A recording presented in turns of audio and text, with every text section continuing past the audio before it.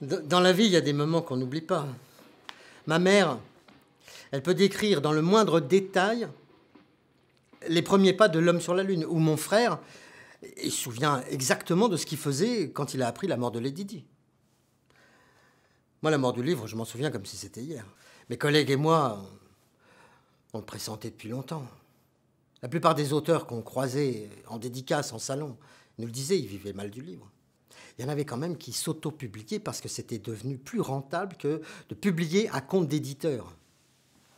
Du coup, nous, c'était pas la folie non plus. Quand on faisait la liste des petits commerces en termes de rentabilité, les librairies arrivaient en tout dernier. Les premiers, c'était les opticiens. On nous a proposé de nous asseoir autour de la table avec les auteurs, les éditeurs, les diffuseurs. Alors, je ne vous cache pas qu'il a fallu rappeler à certains que c'est grâce au prix unique du livre que les librairies indépendantes survivent face aux grands groupes. Maintenant, on reçoit moins de livres. J'ai le temps de les lire, de les conseiller. Et forcément, ils se vendent mieux.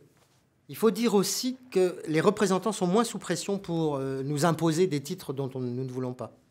Ça nous évite de nous casser les chines à trimballer des cartons de bouquins qu'on n'aurait jamais vendus. D'ailleurs, gros progrès sur les retours. Ah oui, parce que les paiements, ils n'étaient pas encore automatisés. Et même les collectivités locales, on travaille beaucoup avec elles en jeunesse. Elles s'efforcent de payer dans les temps. La mairie s'est bougée. Ils ont préempté des locaux pour nous alléger les loyers. Du coup, on a plus de temps, plus de moyens pour organiser des rencontres avec les auteurs et les éditeurs. Ça fait vivre le quartier. Et on commence à voir venir de nouvelles têtes. On a même vendu des livres à l'opticien d'en face.